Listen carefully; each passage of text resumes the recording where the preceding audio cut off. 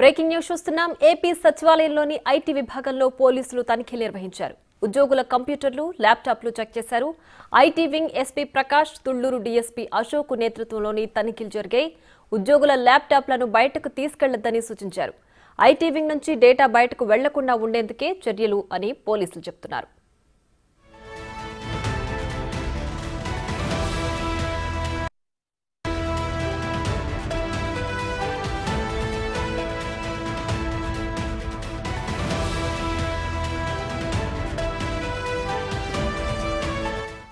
AP సచివాలయంలోని IT విభాగంలో పోలీసులు తనిఖీలు నిర్వహించారు.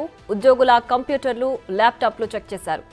IT wing SP Prakash, Tulluru DSP Ashok నేతృత్వంలో తనిఖీలు జరిగాయి. ఉద్యోగుల ల్యాప్టాప్లను బయటకు తీసుకెళ్లొద్దని సూచించారు. ఐటీ వింగ్ నుంచి డేటా బయటకు వెళ్లకుండా ఉండేందుకే చర్యలు తీసుకున్నామని పోలీసులు చెబుతున్నారు.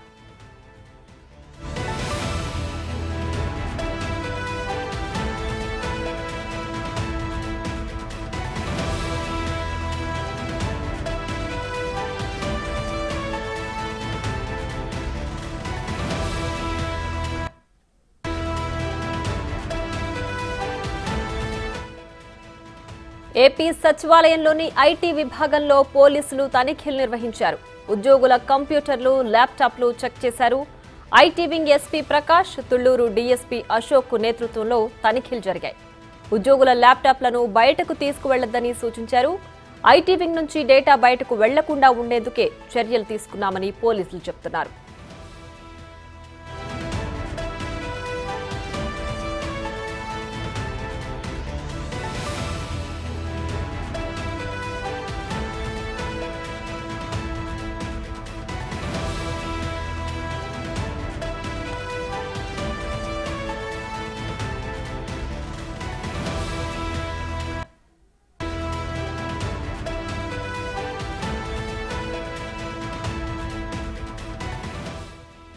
ఇదే అంశానికి సంబంధించి మరింత సమాచారం మా ప్రతినిధి మల్లికార్జున్ అందిస్తారు. మల్లికార్జున్, చెప్పండి, ఏపీ సచివాలయంలో ఐటీ విభాగంలో తనిఖీలు చేస్తున్నారు కదా, డేటా బయటకు వెళ్లకుండా తనిఖీలు చేస్తున్నామని పోలీసులు చెప్తున్నారు. కంప్లీట్ డీటెయిల్స్ ఏంటి?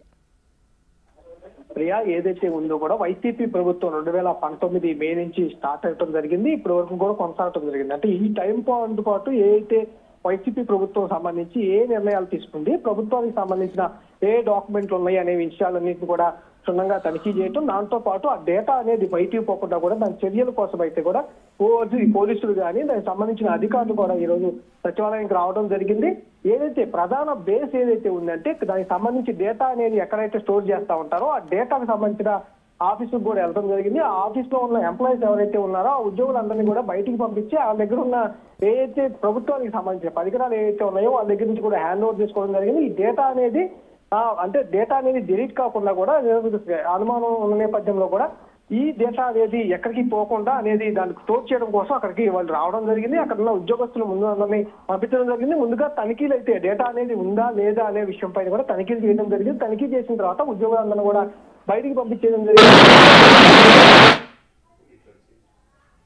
ఎప్పుడైతే శ్వేతపత్రాలు అనేది ప్రభుత్వానికి సంబంధించి ఎన్నికల కూడా శ్వేతపత్రాలు అనేది రిలీజ్ చేయడం జరిగింది. దానికి సంబంధించి మరోసారి ప్రభుత్వంలోకి రాబోతున్న సమయంలో కూడా శ్వేతపత్రాలు అనేది రిలీజ్ చేయాలని ఒక ఆలోచన ఉన్నట్టు కూడా మనకు తెలుస్తా ఉంది. దానిలో భాగంగానే అంటే 5 సంవత్సరాల కాలం పాటు కూడా వైసీపీ ప్రభుత్వం ఏ నిర్ణయాలు తీసుకుంది, దానివల్ల రాష్ట్రానికి ఎంత నష్టం జరిగిందనే విషయం, అలాగే ప్రజలకు ఎంత నష్టం జరిగిందనే విషయం శ్వేతపత్రం రూపంలో కూడా ప్రజల ముందు ఉంటారని చెప్పి కూడా భావిస్తున్నట్టు కూడా మనకు తెలుస్తా ఉంది. అందులో భాగంగా డేటా అనేది పోకుండా ఆ డేటాను బేస్ చేసుకొని ప్రభుత్వం ఏ అప్పులు చేసింది, ప్రభుత్వం ఎంత ఆర్థిక పరిస్థితిలో ఉందనే విషయాలపై కూడా బహిర్గతం చేసేందుకు ఈ డేటా అనేది బయటపోకున్న విషయంపైనే ఈ రోజు తనిఖీలు అనేది చేపట్టడం జరిగింది. అలాగే అధికారులకు సంబంధించి అయితే ఇప్పటి వరకు జరిగిన తనిఖీల్లో డేటా సురక్షితంగానే ఉందని భావించొచ్చంటారా? డేటా తారుమారయ్యే ఛాన్స్ ఏమైనా జరిగిందా?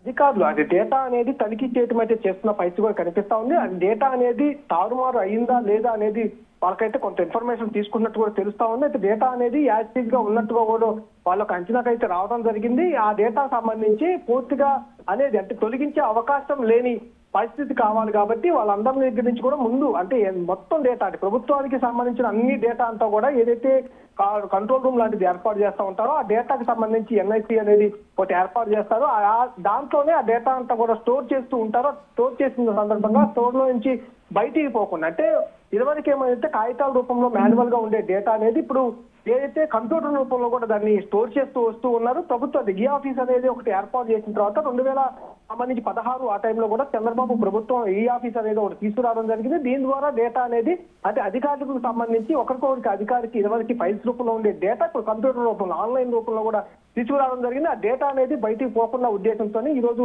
ఎన్సీ అనేది ఏదైతే ఉందో ఆ స్టోరేజ్ అనేది చేసుకోవడం జరిగింది. ఆ స్టోరేజ్ దాంట్లో డేటా కరెక్ట్ గా ఉందా లేదా అని చెకింగ్ అయితే పరిస్థితి కూడా కనిపిస్తా ఉంది.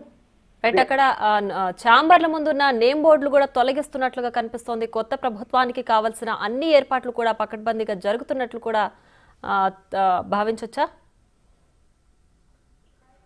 ప్రభుత్వం నిన్న రిజల్ట్ అనేది వచ్చిన తర్వాత నుంచే ఎవరైతే గవర్నమెంట్ ఉన్నది డిజాల్వ్ అయిపోవడం జరిగింది. కొత్త ప్రభుత్వం అనేది ప్రమాణ స్వీకారం తీసుకున్న తర్వాత నుంచి కూడా కొత్త ప్రభుత్వం అనేది స్టార్ట్ అవుతుంది. కానీ ఈ లోపలనే దానికి సంబంధించి జిఏడి సాధారణ పరిపాలన శాఖ దానికి సంబంధించిన ఫార్మాలిటీస్ అన్ని కూడా వాళ్ళు ఫినిష్ చేయాల్సిన నేపథ్యం కాబట్టి ఏదైతే పాత ఛాంబర్లకు సంబంధించిన ఫైల్స్ కానీ పాత ఛాంబర్లకు సంబంధించిన నేమ్ బోర్డులు కానీ పాత ఛాంబర్లకు సంబంధించిన అంటే ఆ గవర్నమెంట్ కు సంబంధించిన పాత గవర్నమెంట్ కు సంబంధించిన ఏ అంశాలు ఉన్నాయి ఏ పరికరాలు ఉన్నాయి అలాగే దానికి సంబంధించిన వస్తువులు ఏమైనా ఉన్నాయి అన్నింటినీ కూడా వాళ్ళందరూ హ్యాండ్ ఓవర్ చేసుకుంటా ఉన్నారు. అంటే వాళ్ళకి హ్యాండ్ ఓవర్ చేసేటప్పుడు అంటే ఏ ప్రభుత్వం అయితే వస్తుందో వాళ్ళకి ఛాంబర్ లోకి హ్యాండ్ ఓవర్ చేసే ప్రతి వస్తువును కూడా క్షుణ్ణంగా తనిఖీ చేసుకొని ఈ వస్తువు ఉందా లేదా అనేది కూడా తనిఖీ చేసుకున్న తర్వాత వాళ్ళు స్వాధీనం చేసుకొని నేమ్ బోర్డ్స్ అనేవి రివీల్ చేస్తున్న పరిస్థితి కూడా కనిపిస్తా ఉంది. 9వ తారీఖు ప్రమాణ స్వీకారం చేయబోతున్నారని ఒక ఆకైతే నడుస్తున్న నేపథ్యంలో అంటే ఫార్మాలిటీగా ఉన్న ఇవన్నీ కార్యక్రమాలు కూడా ఫినిష్ చేసుకుంటూ కూడా ప్రమాణ స్వీకారానికి సిద్ధమవుతున్నారని కూడా అనుకోవచ్చు. Priya. Right Mallikarjun, thanks for the updates.